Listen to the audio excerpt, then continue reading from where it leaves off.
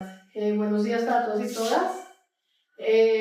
Las disculpas porque hay un pequeño inconveniente técnico.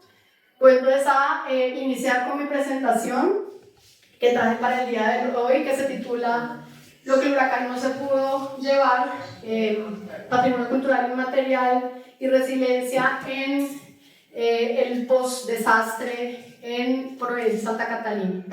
Esto es una presentación que resulta de un trabajo que he venido desarrollando a partir de mi trabajo como antropóloga y mi experiencia como sobreviviente también del huracán Iota y persona que también vivió no solamente el huracán, sino el primer año de la reconstrucción en Providencia y que ha participado en diferentes procesos que tuvieron lugar en Providencia posteriormente al huracán. Aquí voy a presentarles una perspectiva desde lo cultural y voy a mostrarles, digamos, la importancia que la cultura tiene y debería tener en la implementación de política pública relacionada con adaptación a temas de riesgo, gestión de riesgo, que infelizmente sigue siendo periférica a las políticas relacionadas con este tema. Y precisamente voy a tratar de mostrarles una visión un poquito diferente de la que normalmente se tiene. Tendemos a mirar la cultura como un problema, ¿cierto? Como un obstáculo en temas de gestión y muy pocas veces vemos esa fortaleza que la cultura significa para las personas que sobreviven a un desastre.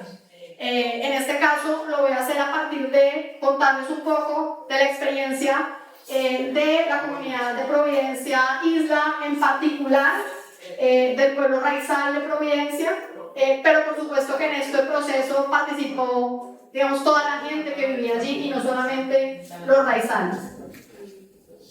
En ese sentido, pues digamos, yo traigo aquí a colación, digamos, discusiones que tienen que ver precisamente con la cuestión de la resiliencia cultural, ¿cierto? Que es una de las dimensiones de la resiliencia que, vuelvo a enfatizo, es periférica las discusiones, ¿cierto? Las discusiones sobre cambio climático, sobre adaptación al cambio climático han sido, aunque digamos que en las últimas décadas, digamos, ha incrementado la discusión y la discusión ha tratado de poner en el medio el tema de la cultura, pues infelizmente, como suele suceder con la cultura en muchos otros ámbitos, sigue siendo dejada de lado.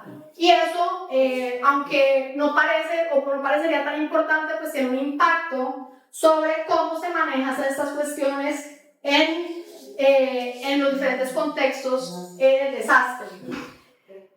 Por supuesto, sabemos que hay una relación entre cambio climático, o más bien, el cambio climático representa una amenaza para las dimensiones sociales y culturales de las comunidades, de los pueblos, ¿cierto? Y por lo general, cuando se habla de cambio climático y cultura, y cambio climático y patrimonio cultural, tiende a verse mucho la dimensión de cómo el cambio climático, claro, es una amenaza y está impactando estas dimensiones de la vida de la gente. Sin embargo, en esta presentación yo quiero enfatizar, ¿cierto? No es que eso no haga parte, sino quiero enfatizar cómo la cultura, el patrimonio cultural, particularmente el patrimonio cultural inmaterial del pueblo raizal en el contexto post-Iota, ha sido una clave muy importante para el proceso de recuperación después del huracán. Y por supuesto esto se enfoca hacia lo que acabo de decir al inicio, y es la importancia de incluir la cultura, las demás diversas dimensiones relacionadas con lo cultural en la política pública, que, como les digo, sigue siendo supremamente insignificante. Creo que ustedes ya saben esto, no voy a profundizar demasiado, digamos, en los escenarios, el escenario que crea el huracán Iota en la noche del 15 de noviembre, la madrugada del 16 de noviembre de 2020, ¿cierto? Los impactos, digamos, en la parte material, ¿cierto? Que fueron generales, ¿cierto? Para los que, me imagino que algunos de ustedes estuvieron, lo vivieron, estuvieron después, ¿cierto? Mucha gente de San Andrés fue pocos días después del huracán, y por supuesto que las fotografías también de los que no fueron, pues lo dicen todo, ¿cierto? Hubo una afectación general, esto me imagino que ya lo habrán visto. De manera importante para lo que voy a hablar acá, hubo un impacto sobre el 80% de la flota pesquera artesanal, que constituye, digamos, un fundamento de la soberanía alimentaria del pueblo raizal y de la comunidad de Providencia.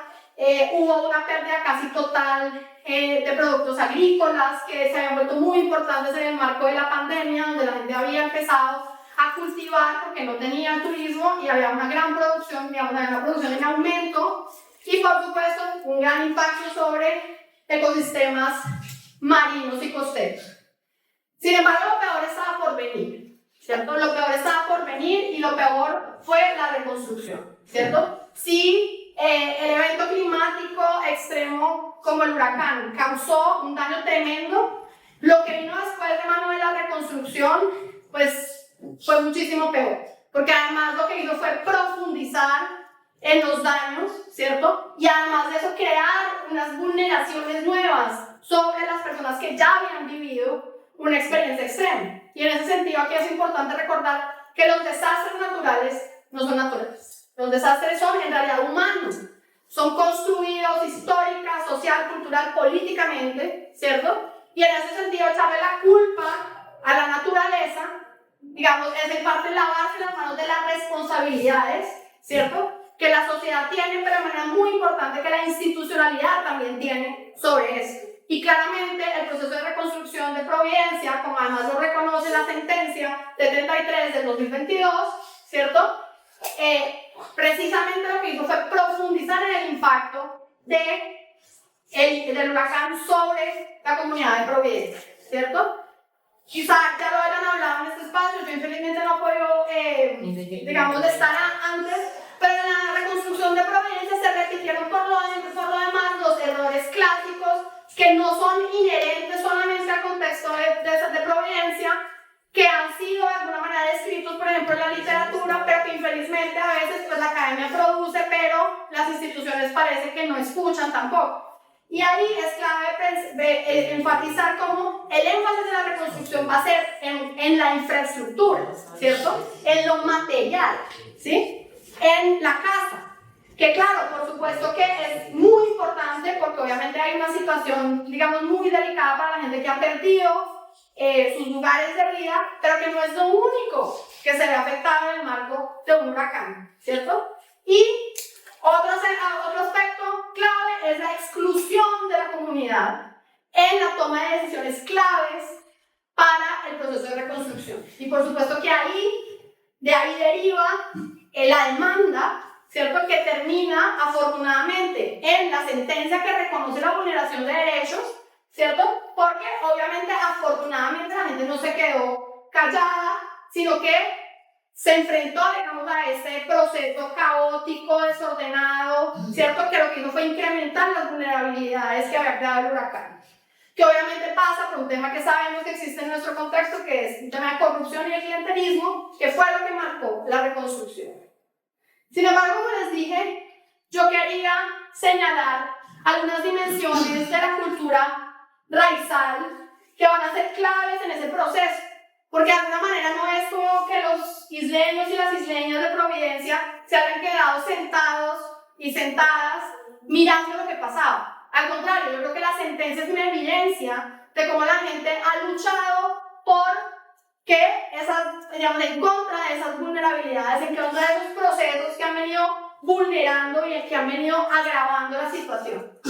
Y no solo eso, en esa dimensión, sino también en cómo la gente en realidad fue capaz de adaptarse a ese contexto de crisis humanitaria, ¿cierto? Y en donde, aunque parece, uno podría pensar que es simplemente una cuestión al azar, en donde la gente obviamente reacciona frente a una situación, pues hay unas características y unos patrones culturales que van a jugar un papel muy importante. El primero es un concepto que no se usa mucho, se usa más en inglés que en español, pero que vendría a traducir la isleñidad, islandness, ¿cierto? Que hace referencia al hecho de que la gente que vive en una isla pues ha desarrollado unas formas particulares de vivir. No es lo mismo vivir en una isla, todos ustedes lo saben, que son de San Andrés, que vivir en el continente. No es lo mismo vivir en un lugar que está aislado, hoy en día quizá menos porque tenemos aeropuertos, pero quizá la pandemia nos lo recordó un poco. poco, ¿cierto? Que está aislada geográficamente, que tiene unas dificultades para acceder a ciertos servicios, a ciertos bienes, ¿cierto? Y en ese sentido hay unas formas particulares de vivir en ese espacio. En Providencia, entre otras cosas, son más fuertes, porque Providencia está más aislada todavía que San Andrés. Y de alguna manera eso significa la capacidad de adaptarse a vivir en un entorno limitado. Y eso va a jugar un papel muy importante porque obviamente, como lo saben, en el marco del huracán pues lo que vamos a tener es una gran limitación, ¿cierto? Limitaciones que antes de pronto no estaban, pero que entre otras cosas sí se remontan a otros momentos históricos, ¿cierto? Es decir, puede que ahora la conectividad fuera mayor, pero todavía queda gente que vivió una época en donde los barcos venían una vez al mes o una vez cada 2 meses, ¿cierto? Y en ese sentido hay gente que todavía tiene un conocimiento y tiene una experiencia de vida que le permite adaptarse a esos entornos. Y eso, por supuesto, fue clave para enfrentar lo que vino después. Otro tema tiene que ver con el conocimiento ambiental. Es decir, sí hay un conocimiento climático, sí hay un conocimiento de las personas sobre cómo se comporta el clima. Aquí yo sé que hay pescadores, los pescadores tienen un enorme conocimiento sobre cómo funciona el clima. Puede que no estuvieran preparadas las personas necesariamente para un huracán de casi 300 kilómetros por hora de viento, ¿cierto? Eso es una cosa descomunal. Yo creo que el que no lo ha vivido no se puede ni siquiera imaginar.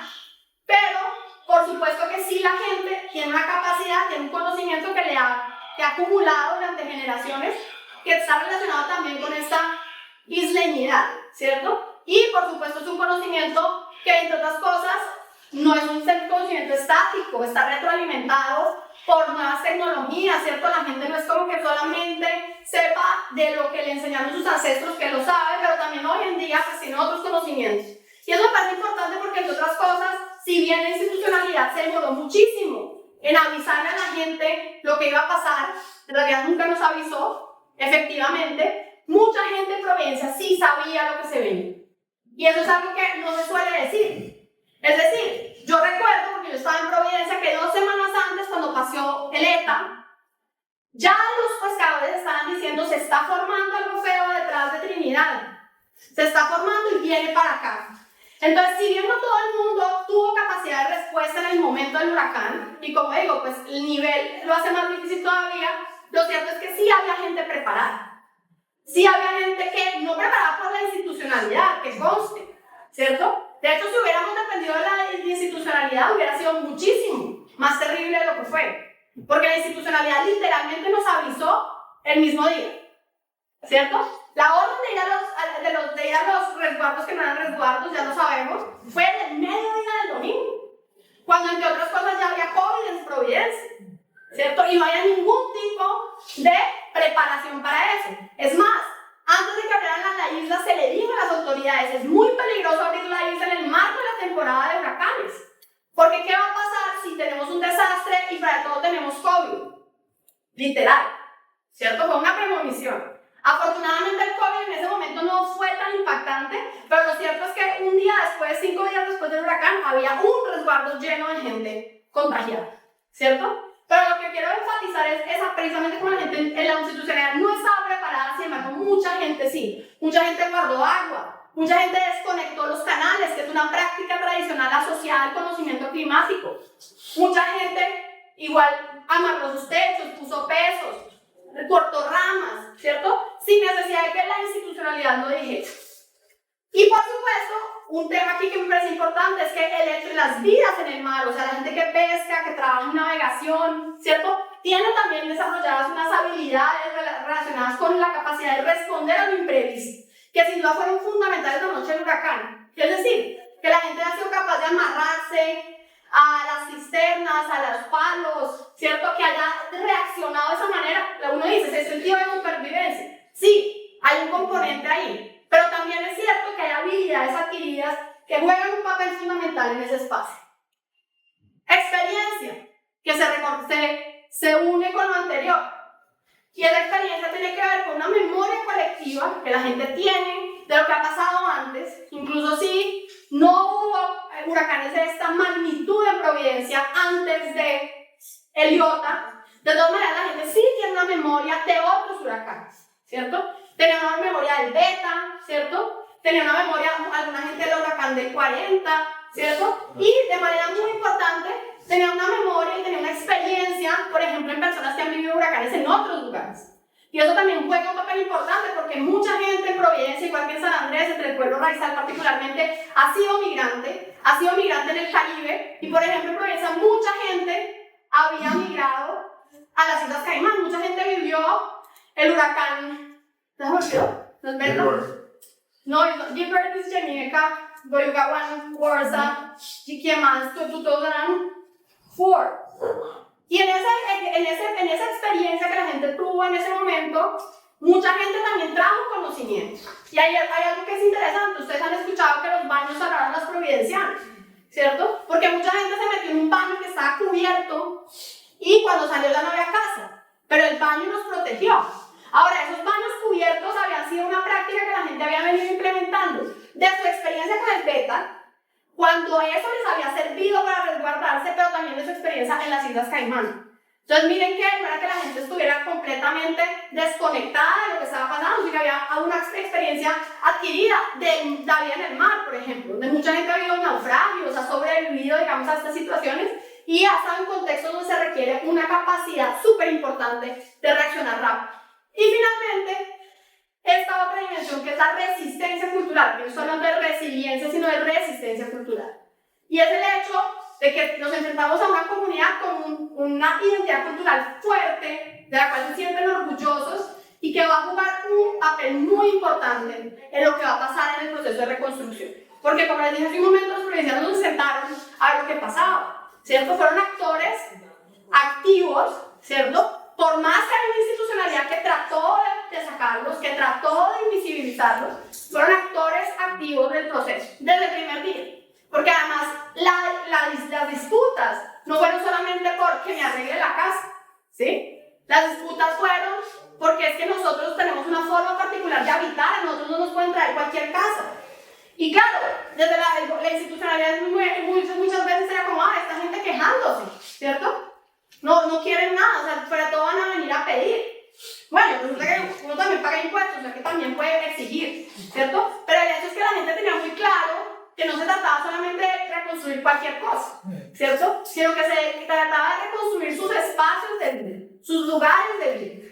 Y eso va a jugar un papel súper importante en lo que va a venir después, ¿cierto? El campamento por la dignidad, ¿cierto? La demanda hacia el de la Corte Constitucional, todos estos escenarios que de alguna manera sí han planteado, a pesar de que el daño ya está hecho y que conste que el daño que causó la reconstrucción, ya lo dije, es peor que el del huracán y seguramente no va a ser fácil de reparar, pero de alguna manera por lo menos hoy tenemos herramientas para hacer algo al respecto, ¿cierto? Que es lo que no han tenido por lo demás las comunidades, los pueblos indígenas, afrodescendientes en países como Colombia, pero en otros lugares del mundo para enfrentar esto. Es decir, este modelo de reconstrucción que se montó en Providencia fue el modelo clásico, en donde simplemente viene el Estado, hace lo que quiere y entre otras cosas aprovecha.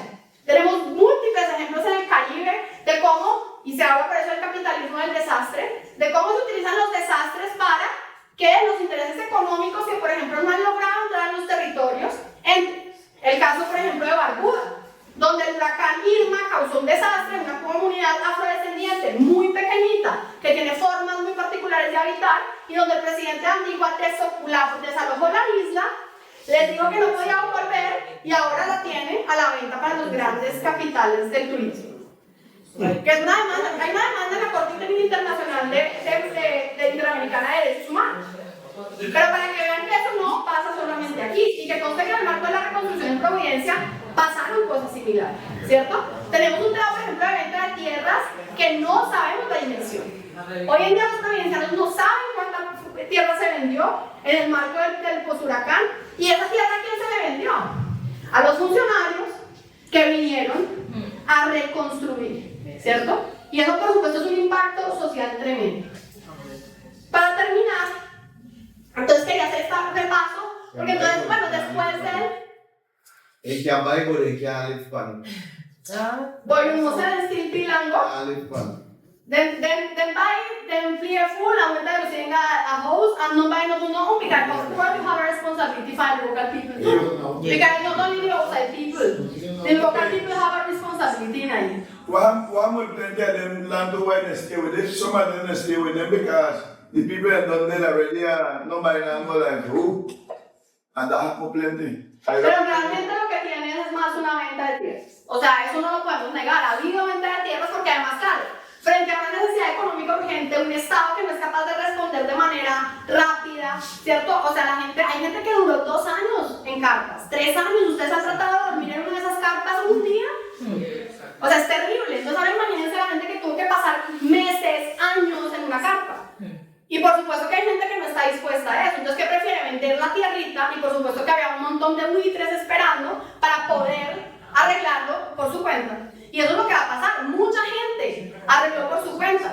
Aquí yo quiero hacer un repaso por algunas de las manifestaciones culturales que para mí juegan un papel fundamental, ¿cierto? Que entre otras cosas son manifestaciones que evidencian esa conexión con el mar, esa conexión con la tierra y que van a ser súper importantes para que la gente enfrentara el huracán antes, durante y después. Una de ellas es la pesca, que entre otras cosas juega un papel súper importante en esto que hablé ahorita de la resistencia cultural, porque la pesca es una práctica cultural más allá de lo económico que en Providencia está muy arraigada, que es una fuente de identidad cultural, de orgullo para los providencianos. Y en ese sentido no es una casualidad que los pescadores hayan sido claves en todo el proceso de resistencia frente a lo que ocurrió con la reconstrucción en el marco del Dignity Camp, que al final de cuentas también es donde surge la demanda, ¿cierto?, que da origen a la sentencia, y que además, entre otras cosas, fueron claves después del huracán.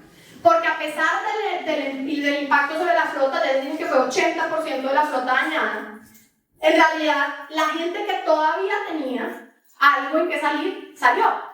Y salió para traer comida para su gente, o sea, no fue para traer comida solamente para ellos, sino para sus comunidades, para sus barrios, para la gente, por ejemplo, que estaba en los resguardos, para garantizar acceso a algo de alimentos, porque a pesar de que alguna gente se preparó, pues otra no, y además pues el daño fue tal que, ya sabemos, nos quedamos sin luz, se dañaron, se volaron los congeladores, se volaron las alacenas, entonces igual había una crisis alimentaria. Y por supuesto que los pescadores fueron súper importantes en ese momento, y el hecho de que prácticas de reciprocidad sigan vivas entre ellos, es decir, sin necesidad de huracán la gente sigue regalando pescado, sigue intercambiando productos. Obviamente que lo comercial sigue siendo muy importante, pero, perdón, me puse silencio, pero de alguna manera sí sigan existiendo, y eso permite que la gente tenga todavía esa capacidad de compartir sin que esté pensando en cuánto es lo que nos está ganando.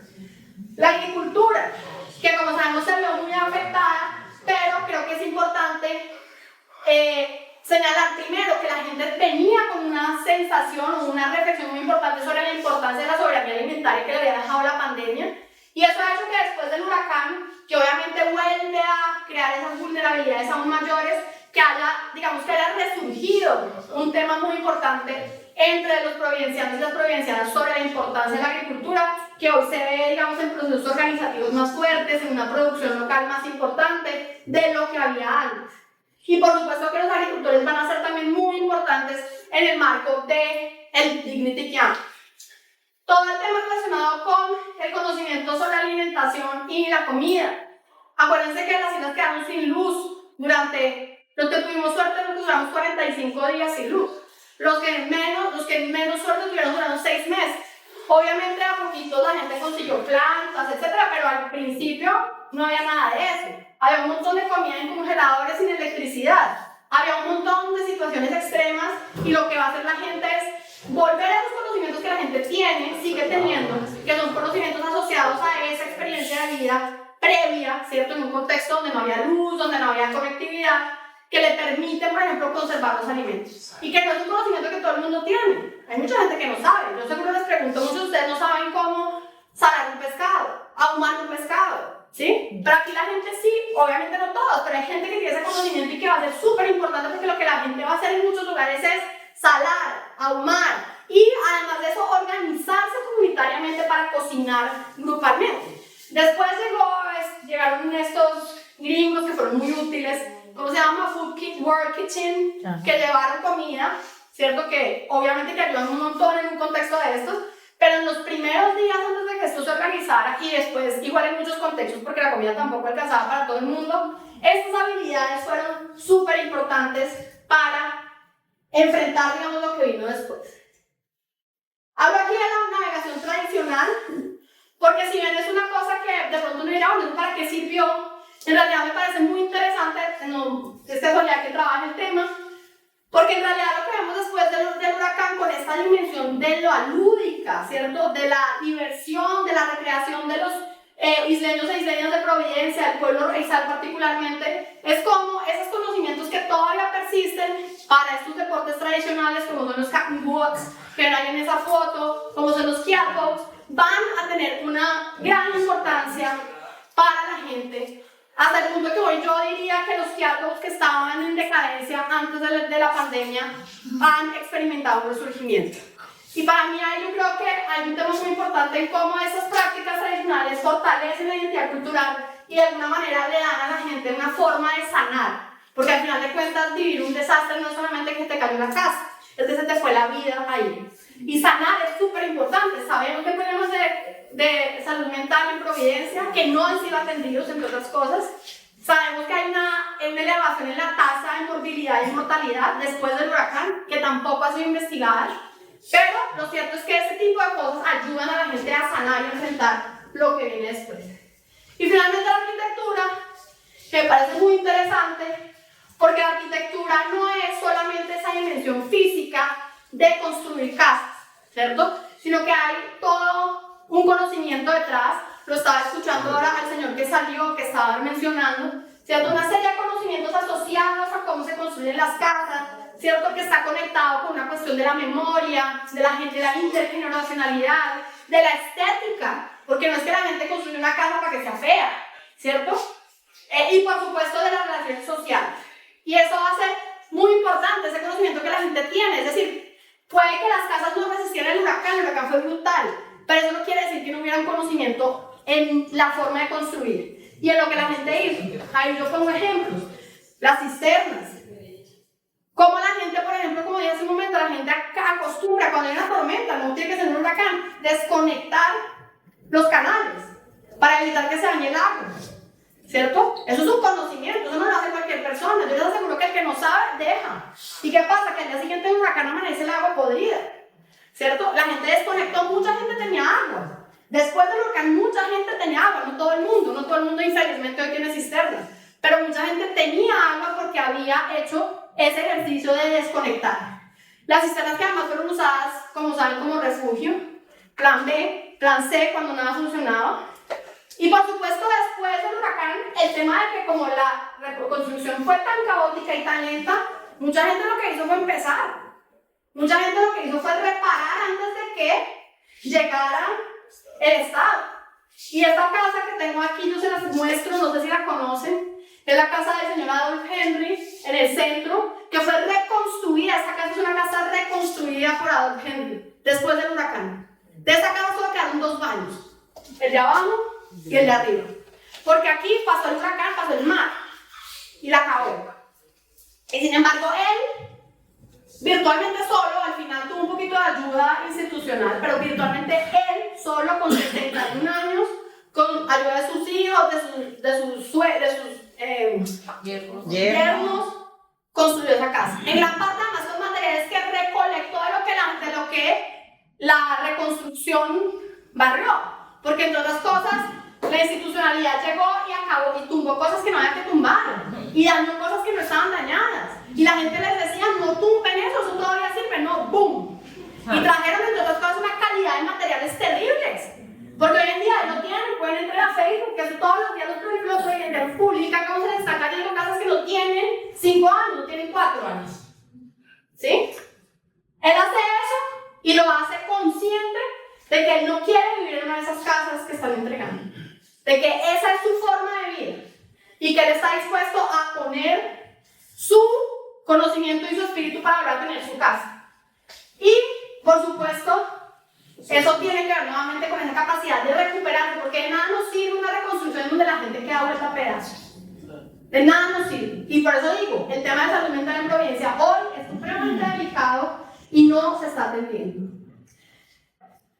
Y lo que acá no se pudo llevar es precisamente el conocimiento, la cultura, las prácticas culturales, el amor por el territorio, que de alguna manera ha caracterizado a los provincianos desde hace mucho, no es algo nuevo, pero que de alguna manera se fortalece a pesar del desastre en este contexto. Y en ese sentido, enfatizar cómo la cultura, el patrimonio cultural inmaterial, primero, es fundamental para enfrentar situaciones extremas. Sin embargo, sigue siendo visto como un obstáculo, un problema o algo que no es importante. Y se lo pueden ver solamente, por ejemplo, la inversión pública sobre temas culturales en San Andrés y Providencia. Un aspecto que juega un papel fundamental en la cohesión social, que es clave para enfrentar una adversidad. Es decir, si tenemos una comunidad dividida, ya empezamos mal. Y aunque obviamente que la reconstrucción no fue perfecta en el sentido de que la comunidad estuviera todo el mundo feliz y todo el mundo, todos nos queremos, sin duda sí hubo un tema cultural que jugó un papel fundamental en que la gente fuera capaz de organizarse y enfrentar lo que pasó, ¿cierto? Y el resultado, por eso digo, es la sentencia. El resultado es pequeños ejercicios que tenemos en la práctica de cómo la gente ha venido recuperándose después a pesar del desastre de la reconstrucción. Y, por supuesto, cómo la cultura es un lugar seguro que de alguna manera ayuda a ese proceso de recuperación y a sanar, digamos, por dentro de lo que significa vivir un desastre. En ese sentido, hay una necesidad urgente de que se incluya en la política pública, que infelizmente, como lo dije al principio, todavía sigue siendo periférica, todavía sigue siendo como un problema, como un obstáculo. Yo no digo que la cultura sea perfecta, claro que podemos identificar cosas malas, pero el problema es que la política pública se dedica a eso, a decir todo lo malo de cómo la gente no sabe, no hace, no tiene en cuenta y al contrario invisibilizar lo que realmente sí es importante y que puede ser súper clave para poder enfrentar y gestionar el riesgo. ¿Listo? Muchas gracias.